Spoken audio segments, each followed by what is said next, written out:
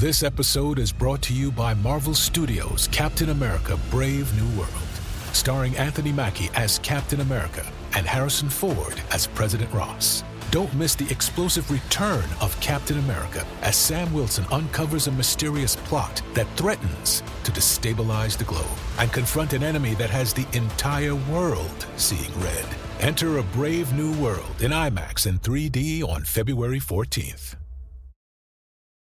When you need mealtime inspiration, it's worth shopping Kroger for thousands of appetizing ingredients that inspire countless mouth-watering meals. And no matter what tasty choice you make, you'll enjoy our everyday low prices. Plus, extra ways to save, like digital coupons worth over $600 each week and up to $1 off per gallon at the pump with points. So you can get big flavors and big savings. Kroger, fresh for everyone. Fuel restrictions apply. I think you're on mute. Workday starting to sound the same? I think you're on mute. Find something that sounds better for your career on LinkedIn. With LinkedIn Job Collections, you can browse curated collections by relevant industries and benefits, like flex PTO or hybrid workplaces, so you can find the right job for you. Get started at linkedin.com/jobs. Finding where you fit. LinkedIn knows how. Thanks for choosing this free Anfield Index podcast. If you'd prefer to listen to this or any of our other shows without adverts, then now's the time to check out Anfield Index Pro. With AI Pro, you can supercharge your entire listening experience. You'll not only get all of our podcasts without the ads, but you'll have them far faster with our Quick Publish feature available exclusively for subscribers. AI Pro also puts you in the heart of our sound studio, with an option to listen to many of our shows live and interact with the podcasters in real time as the shows are recording. Upgrading couldn't be easier. AI Pro is available on all popular podcast platforms. Just head on over to AnfieldIndexPro.com and get started today. Hello and welcome to Post-Match Raw. I was nearly going to go with something else there. Don't know what show I was thinking of. But yeah, welcome to this International League Cup Raw that we're going to record, because, yeah, that was truly a game of football. But I have Jim with me. How are you doing, Jim? I'm doing okay. I'm sort of glad that's over, really, in lots of different ways. Yeah, glad the Champions League group stage is over. Glad that game was over, because the second half, as we won't talk about, there was nothing to talk about. Yeah, commentators weren't talking about it when I was watching it. So, they were talking about every other game, and Fletch was off, so some of the guy was sitting in, but he was still being the, let's see how many unrelated stats I can bump out while you're trying to watch the game. Yeah, it does kind of make you appreciate Sky Sports, even though that's bad in itself, but I'd rather have that every day of the week. And when there's the one game like a year we're on Amazon, it's like, oh my God, this is amazing. Yeah, it's not the best. It's not the best. Yeah, so Champions League group stage is over, Jim. We end with a loss to PSV. It's a bit of a shame we don't win all 8 games, but without going into the entire team, because we'll talk about it in passing as we go through, I think everyone would agree, except maybe the people who went over to Holland, it was the right decision to rotate, because we played a lot of football this season. We're obviously in all the competitions still. Our midfield especially has played basically every game between 4 players. Mo Salah plays every minute. Alisson's obviously quite fragile for a goalkeeper, so I think everyone would agree it was the right decision to play a much heavily rotated side. Yeah, I agree. And it's frustrating in some ways, because you think, imagine being, ending the first ever, whatever they're going to call this format of the Champions League, and however long it's going to last, the Mega League thing, to go to the end of that with a 100% record would have been something that people would talk about for years, maybe. But on the other hand, it doesn't mean anything. What means anything is where you get at the very end of all of this, after all the other bits of football that come in this competition. I think Arnie also said that if, you're still sort of subject to a draw and you don't know how other teams, it doesn't make a lot of difference whether you finish first or second in terms of the kind of quality of opposition you're going to get. And that's proved itself when we look at the draw, which I'm sure, look at the potential for the draw, as we can talk about later. I think the most frustration for me, though, is because I get why he's done it. I think it's more that it sort of underlines how thin we are at the back. That, you know, I mean, if you look at that, you look at the side without going into loads of detail, up front and in the middle, we've still got some quality in there. We've still got some players that you don't mind seeing starting games all through the season. Even if they're not first choice, you're not too worried when they do come and fit in. It's just at the back that, at centre back in particular, I know we've got one player injured, and I know that we've rested our two main men. We've got a youngster who's not had as good a season as he had last season.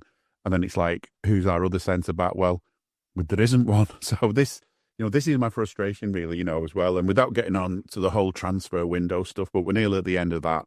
There's no sign of any strengthening at centre back, and we need to rest the players. Obviously, they've played a lot of games, but the overall picture is that maybe we wouldn't have needed to rest as many, and if we did, maybe we'd have had some more quality to come in if we'd done a bit better in the transfer window. But that's about the only complaints I should have, because there was a job to do tonight, which was just fulfill the fixture. Basically, that was the main thing to do tonight. Don't forfeit the game and get yourself kicked out. Basically, just turn up with some players. And I actually think we did quite well. When I saw the team, I was worried. I know the result didn't go our way, but I think certainly first half we weren't that bad. Certainly not going forward as well. And the big bonus for me, it was a chance to give Chiesa a proper run out. He got a full game and he looked good. He looked, little bits of rustiness in there, but pretty sharp and pretty, I don't know. I'm looking forward to seeing more of him now with what's left of the season. Absolutely right. And joining us from 17th Century Ireland is Dave Hendrick. How are you doing, Dave? Good, mate. How are you? I'm good. I'm tired after watching that. Apologies for my lateness. I was, unsurprisingly to you, sitting on the wrong Zoom account and wondering what was going on. So, yeah. Fantastic stuff. I genuinely thought that might have been the issue as well. But anyway, Dave, I was just talking to Jim there about how it was the correct decision to rotate the side heavily. I know in the past you've talked about winning 8 from 8 would be nice, but I think you'd agree playing the rotated side was the right decision. Yeah, I ultimately the result doesn't matter. And Arne Slot pretty much told us all the result didn't matter when it was announced that, the top players were not even traveling for the game. They weren't even going to be involved in any way, shape or form. So he was signaling, look, this is a nothing game. We're through. He said in his press conference, first or second, it doesn't matter because you get the same reward either way. So the result is irrelevant. But what annoyed me tonight was the performance, because the performance does matter for individual players. Mm-hmm. You've got lads there tonight who had an opportunity to stake a claim for more minutes. And there's 2 in particular. One is Conor Bradley and one is Harvey. Harvey has been the subject of a lot of talk from a lot of people. Why isn't he playing more? Why doesn't he get more opportunities? Oh, he comes on and he makes an impact. He should get some more starts. And obviously Bradley, because of the uncertainty over Trent, there's an opportunity potentially this summer for Conor Bradley to stake a claim to be the first choice right back for Liverpool moving forward. So those 2 lads, when they do get starting opportunities, really need to put down a bit of an imprint on the game. And I know people always say, Harvey, he's so young and, he's going to learn, he's going to get better. But ultimately, your actual age is pretty much irrelevant in football. It's your experience level that really matters. And Harvey has played a lot of senior football. We're talking about a kid with 177 senior games for Fulham, Blackburn and Liverpool, all at a good level. The Championship is a very competitive league. The Premier League, the Champions League, he's played in the Europa League. So he's at a stage where he really has to be banging on the door and making a claim. He's had 3 starts recently. Southampton in the League Cup, he was very poor that night. Accrington Stanley in the FA Cup, and tonight. Now, these are games where Harvey Elliott, given his level of experience, given the expectation, given how highly he was held up by the previous manager, these are games Harvey needs to go into and show himself to be one of the best players on the pitch. He was woeful tonight. Like, he was absolutely shocking tonight. Whether it was in the first half, taking far too much out of the ball, or just being really sloppy and giving the ball away cheaply and being weak in a challenge. Both him and Bradley tonight had an opportunity to start staking claims for future minutes, and they were both dreadful. Bradley defensively was all over the place. Now, look, the defense, you've got Bradley, who's young, Quansah, who's young, Robertson, who's not a centre-back, and Costas. All of them were terrible. All four of them. Mm-hmm. Robertson probably the worst of the four, but he's playing out of position. So you can kind of excuse it a little bit. Like, I agree with Jim. You know, you're looking at that squad tonight. The two big men aren't there. Joe Gomez isn't ready. I would have thought the obvious solution is you play Endo at centre-back, where he's done fairly well already for us, and you bring Tyler Morton into midfield. Which not did in the end, but that should have been the start, shouldn't it? Exactly. And then you could have given the left-backs 45 each. You know, you could have made that change at half-time. In the end, he only makes 3 subs. So he could have switched the left-back to half-time if he wanted them both to get minutes in their legs. But we looked an awful lot better when Robertson went off and Morton came on. I thought Morton, in the short time he was on the pitch, was one of our better players. I agree with what Jim said about Chiesa. I thought he looked lively, a little bit rusty, but looks lively, always looking to make something happen, looking to go with his man and be really aggressive on the ball. A little bit sloppy at times, of course.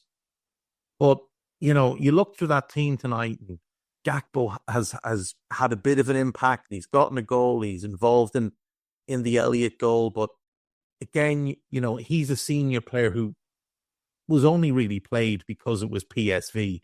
He was probably under instruction not to be overextending himself. Dans is a kid up front making his first start, feeding on scraps, not really getting the support that he's looking for, the service. So he wouldn't have started if Darwin wasn't ill as well. Exactly. He's not starting if Darwin is nil. The midfield is a hodgepodge.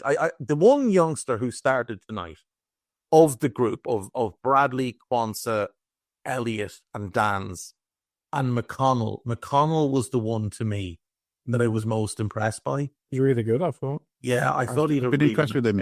I've been impressed with him before, and I honestly thought we'd see more of him this season. But I think the way Slot is, he's not.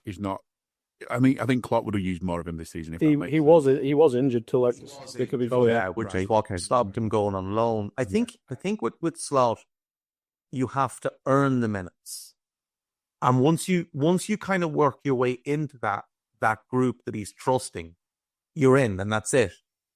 So I think that's the battle ahead of McConnell. But like Jim, most times I've seen him play for us. Like, he came on in the cup final last year, and I thought he was excellent on that day. A couple of lovely little moments today where he drops a shoulder, beats a man, goes into space, and he's always looking for the right ball. He's a clever player.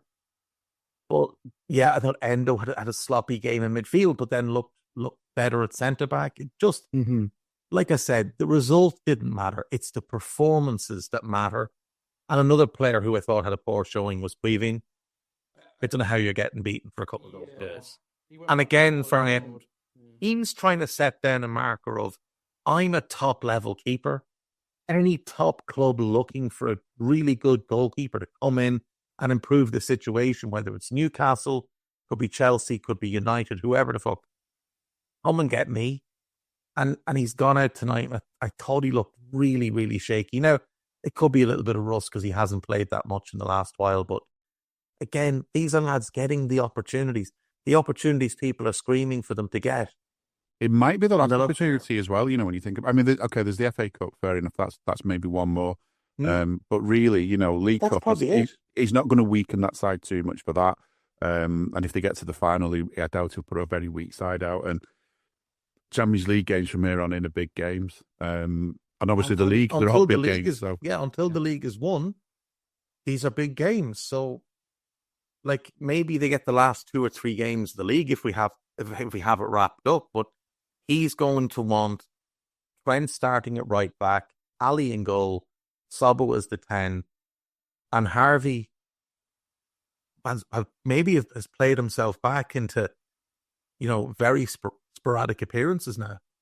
Wasn't great at the weekend against Ipswich, and then he's poor tonight. Yeah, it'd be interesting to see how Slot judges it, because it's obviously a big opportunity for some, but when you play such a fully changed side, it's kind of hard to have any rhythm as well. But I do agree. I think some of the opportunities there, you do have to grab them, but you can make excuses for one, but then McConnell plays well, as we said. So it's an interesting one, but yeah, I think... and he's played the least of them all. Like, This is the thing. He the rest of them can say, oh, well, we're rusty, don't have rhythm. He's barely played this year for the senior team. Comes in and looks like he belongs. Tyler Morton's barely kicked the ball this year. Comes on and performs. Mm-hmm. And they train together as well, and you can't tell me that there aren't parts of that training session that involves a bit of 11 aside, almost like the first choice team via the rest. And, they still get to play. I know it's not the same, but they still get to play a certain amount together, certainly in training. So, Remember last year's amazing trip? That cute first birthday party? All those photos, all those memories can be freed from your phone with a Shutterfly photo book. Rediscover and share your favorite moments with those you love. You'll be amazed how easy it is to make a photo book with Shutterfly and enjoy it for years to come. Get 40% off orders over $29 with code POD40 at Shutterfly.com and make something that means something. I love my wife, but like most couples, we had different sleeping needs. One of us likes it warm, and the other prefers to stay cool. I found the perfect fabric to keep us both comfortable. Viscose from Bamboo. I'm Tyler, founder of Cozy Earth. Cozy Earth offers the softest, most comfortable sheets, towels, PJs, joggers, and more. If you sleep in our sheets for 100 nights and don't absolutely love your experience, we will refund your money, no questions asked. Go to CozyEarth.com/Spotify and use code Spotify to save up to 40%. That's CozyEarth.com/Spotify. You know what's smart? Enjoying a fresh gourmet meal at home that you didn't have to cook. Meet Factor, your loophole in the laws of mealtime. Chef-crafted meals delivered with a tap, ready in just 2 minutes. You know what's even smarter? Treating yourself without cheating your goals. Factor is dietitian approved, chef prepared, and you plated. Pretty smart, huh? Refresh your routine and eat smart with Factor. Learn more at factormeals.com. I don't need a VPN. I've got nothing to hide. Ha. This is what I used to tell myself before I hooked up with LibertyShield.com. Not only is my home internet now fully encrypted, but I can now access all the websites I want, whenever I want, and do so from absolutely anywhere. As a Liverpool fan, I love to know I can now watch every match, regardless of whether it's on UK TV or not. My Liberty Shield VPN makes sure nothing is blocked and guarantees me super fast streaming speed throughout that match. You can get connected right now with their software package, which includes a 48-hour no-obligation free trial and instant access to their apps for Apple, Android, Fire TV, PC, Mac and Android TV. Or go a step further like I have and get one of their pre-configured VPN routers. These small but powerful devices allow you to easily connect every device in your home to VPN, making it the perfect solution for smart TVs, Mac boxes, and games consoles. Visit LibertyShield.com today and use coupon code AIVPN25 to get 25% off at checkout. Yeah, absolutely. Absolutely. Let's get into the game then, and basically the first half, because the second half won't take as long. We start quite well. We're pressuring them quite high. I think Chiesa's leading the press quite well. Dan's is kind of following up as well. 4th minute, good ball by Robertson. Bradley nearly through. It's kind of just a bit of a loose touch, and it ends up being defended quite easily. Chiesa has a shot from distance. Gakpo nearly gets through. Then Robertson has to defend against Bakayoko. He should have probably played him offside, but as we said earlier, he's playing out of position, and he's not really that great at keeping people offside nowadays. There's a moment on 14 minutes where Chiesa is chasing well. He's pressing well. I think he loses a couple tackles, but he's always chasing and wins it back eventually. Good chance on the break, and I think it's Elliott who passes it into Chiesa, and then Chiesa just takes a sloppy touch. Can I just stop you there, Guy? Yes, Harvey delayed it far too long. He did. Harvey delays it far too long. By the time he plays it, yes, it's a bad touch by Chiesa, but it's also not the best pass in the world. It's kind of right in between his feet. He should be rolling that ball out so Chiesa's walking onto it and striking it. But he delayed it far too long, looking at what I don't know. Yeah, I'd agree. I think Chiesa should have took a better touch. But yeah, I do agree. He delayed it to make it having to be a flawless touch. Where are we up to there? We're basically up to the penalty. I've probably skipped through a bit, but as we said, there's a lot to get through in this first half.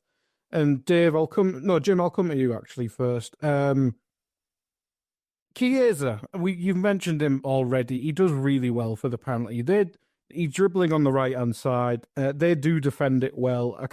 One of the defenders passes it out to Vermeer, and who thinks he has 20 minutes on the ball for some reason, takes an awful touch, and then just volleys Chiesa for no reason.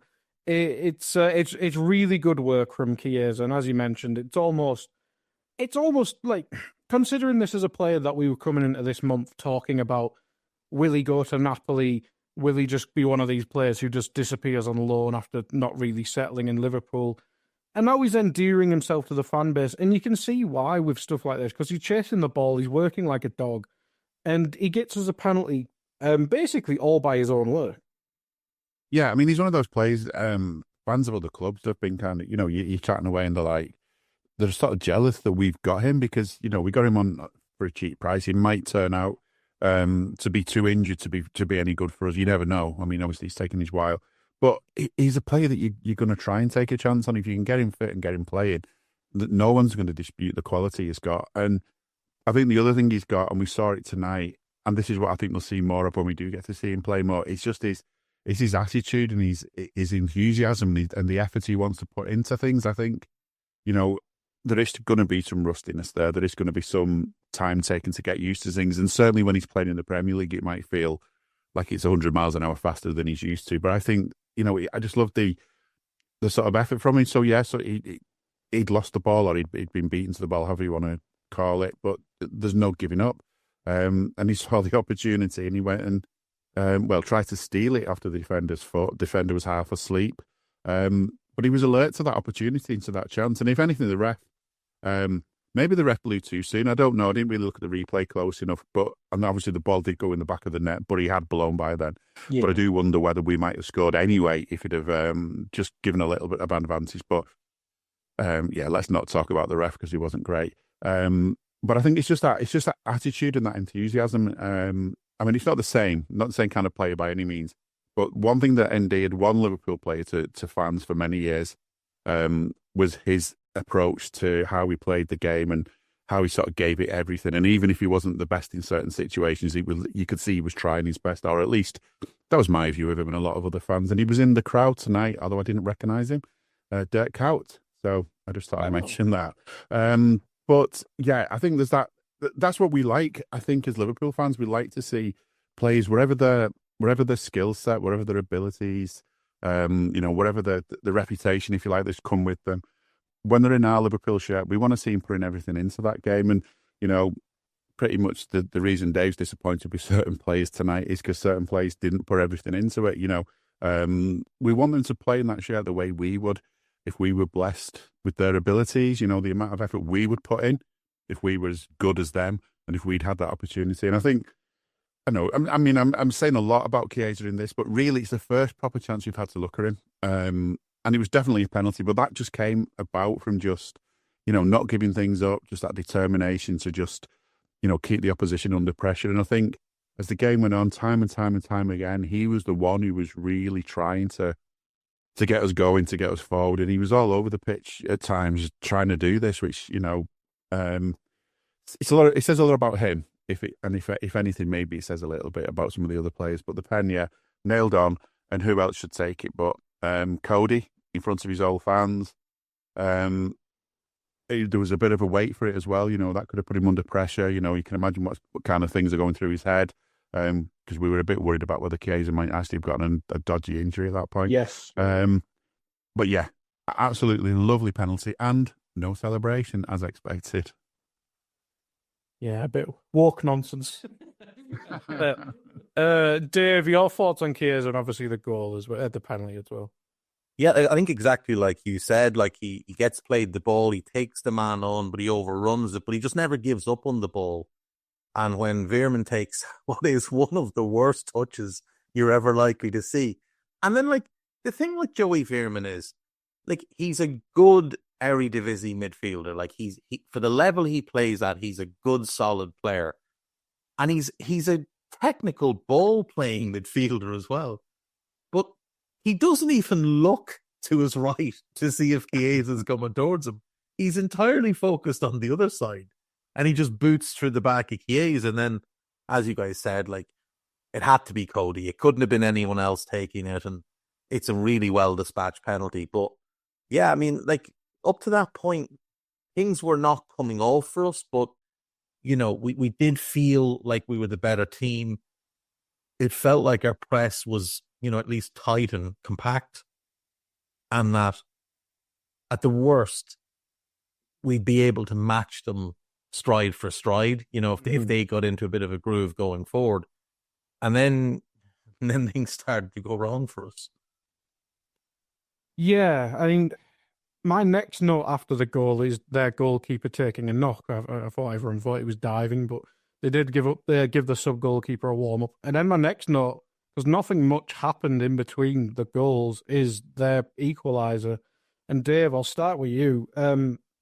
Bakayoko basically sits down both our centre-backs on the night, and it's an excellent finish. And your thoughts on the goal, our defending, and Bakayoko himself, because he's been linked with us as well as half of every European team going. Is this obviously, I don't know if you watch PSV every week, obviously, but is this his normal level for him, or is he just taking advantage of the big stage against a weakened Liverpool side? But he did look bloody exciting today. No, he's a good player. There's no doubt. He's a very talented footballer. He's got really good control. You know, good dribbler. His decision making is still quite a way off from where you'd want it to be. And he's, you know, again, he's played quite a bit of football at this point. You'd like him to be a bit smarter. He always seems to want to embarrass his man. Like, there's never a thought really with him of get it, give it, and move. It's get it, let's beat two defenders, and then we'll figure out what we're going to do. But, he sits Robbo down, he sends Kwanzaa for a paper. It's a really well-taken goal. You couldn't take anything away from the lad. The thing with him that I look at is, like, is he a better footballer than Harvey Elliott? Now, his ceiling is probably a little bit higher than Harvey because he's got a bit more pace. Mm-hmm. But I still think he'd have some of the same issues Harvey does. Like, he's not the most rapid player to run in behind. You know, everything has to be to feet. And against a better defender than Costas, you'll often just see him get a bit bottled up, where that defender just gets physical with him and starts bullying him a little bit. So I've seen some people say that we should sign him, but, like, he's not the type of player who's ready to step in next season if Mo Salah leaves and become first choice, let alone start to replace what we'd be losing with Mo. So you're bringing him in the squad role. And again, we've got Harvey, who plays more or less the same positions, you know, right wing 10, and he can't get near the starting 11. And I think Harvey, at this point, is a little bit ahead of him in his development. Like I said, I think Bakayoko has the higher ceiling, but I wouldn't look at him and think that's a fella we should be going for. He definitely needs an in-between move. Like, if he could go to Dortmund for a couple of years, I think he could excel there. And then we'd look at him. But by then, I mean, you know, given our owners, the price would probably be too high. But, like, that's the type of move. I think if he goes to a top Premier League club, he's buried on the bench. If he's coming to the Premier League, West Ham, I know Brentford tried to sign him last season. Brighton, Palace. Palace will actually make a ton of sense because they haven't replaced Elise. So Palace would make a lot of sense for him, and I think he'd do quite well there. He is now ready for the top level. Yeah, Fulham even would be. Fulham would be another really good move. It's a really good coach, really hard-working team around him. So grafting right back to give him the support he needs, because you don't want to play him in a team where your fullbacks are also overlapping, because he's not tracking back a bit. Yeah, he certainly looks interesting. It'd be interesting to see where his next move will be. But we have seen the Eredivisie jump is kind of tough. But I suppose our last Eredivisie investment worked out quite well. Maybe eventually in Gakpo, it took a little bit of time, but he's looking really good this season. Jim, I mean, the defending on that goal, I mean, Bakayoko was sensational in that, but as Dave said, he sent both the lads to Tesco. Yeah, I mean, I've written my notes. And I was trying to be diplomatic. Good goal.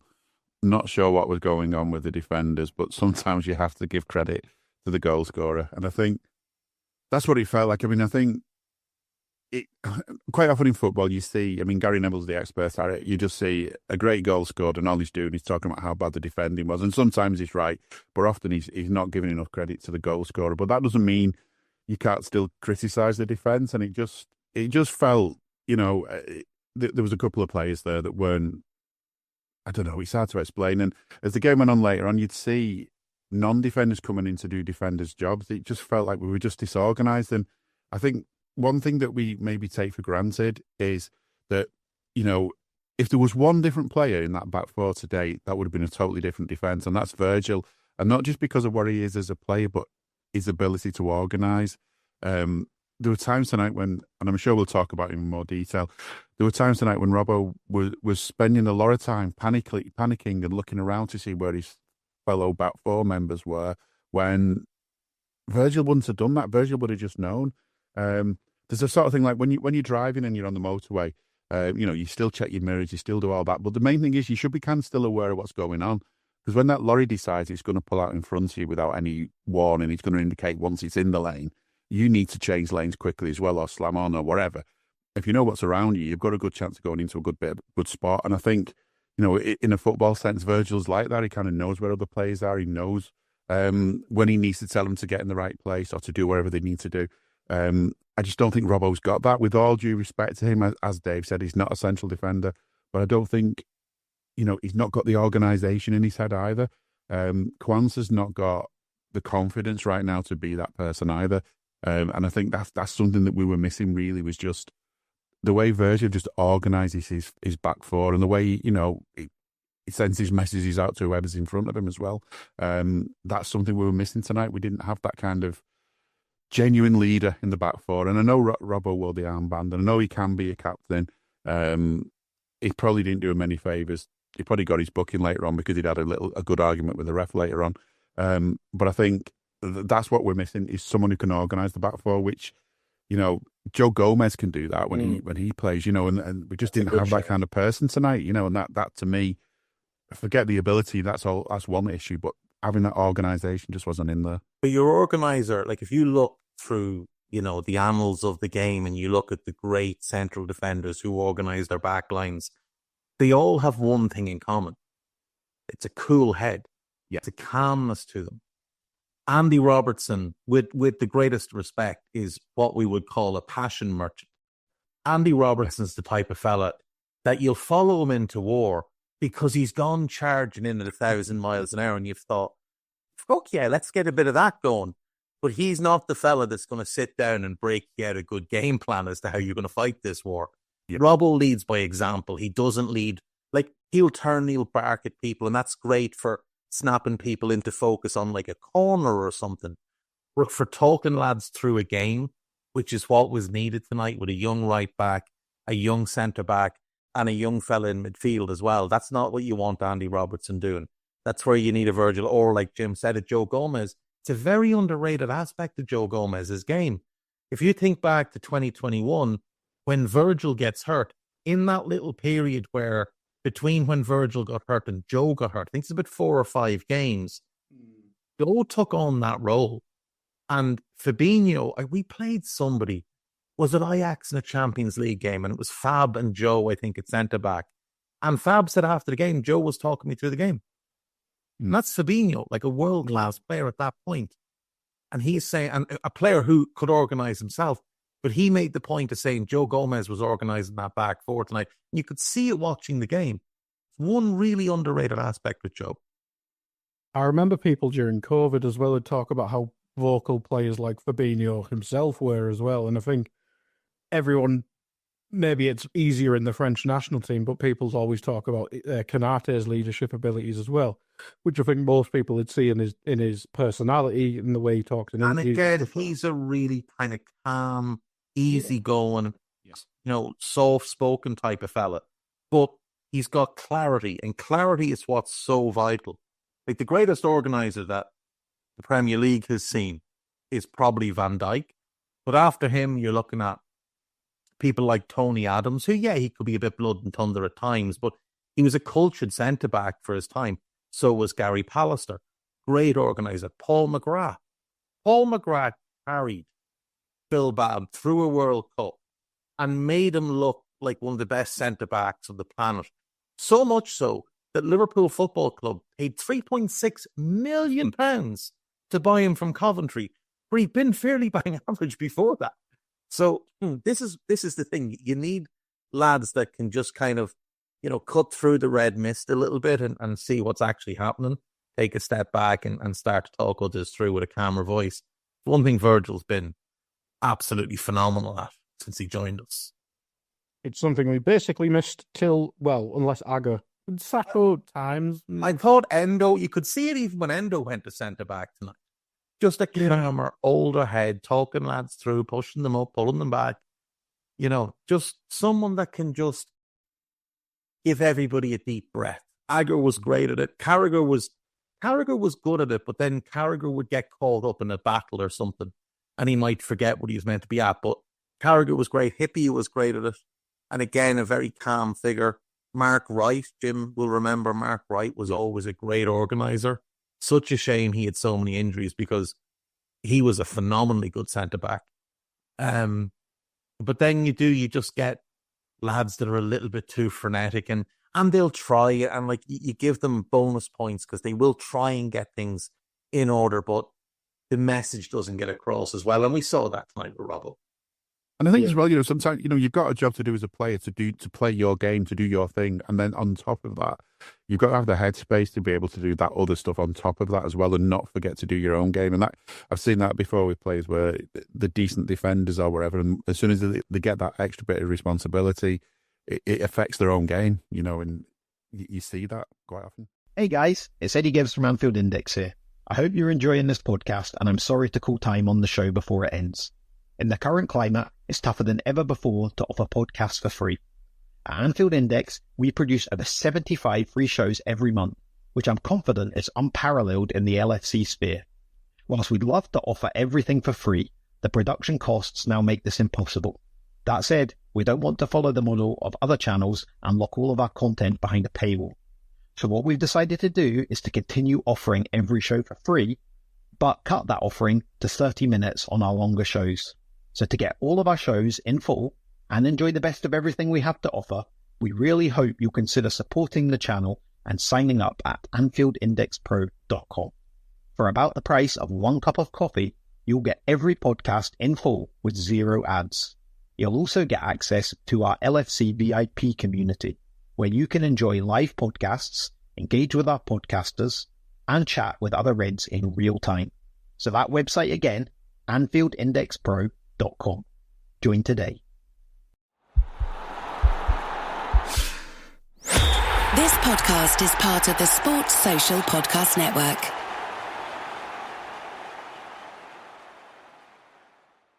Save big money on everything for your painting and staining projects now at Menards. Add beautiful color to your projects with Minwax water-based wood stain. This penetrating stain delivers color that showcases wood grain in one single coat and dries in 1 hour. Get a quart for $15.49 at Menards. Plus, check out Minwax's 2025 Color of the Year, Violet, in-store and on Menards.com. View the weekly flyer for more great deals going on now through February 2nd. Save big money at Menards. At your job, do you ever have to deal with a nose roller? How about a snub pulley? Well, if you're installing a new conveyor belt system, Dealing with the different components can sound like you're speaking a foreign language. Luckily, you've got a team ready to help. Grainger's technical product specialists are fluent in maintenance, repair, and operations. So whenever you want to talk shop, just reach out. Call, click Grainger.com, or just stop by. Grainger, for the ones who get it done.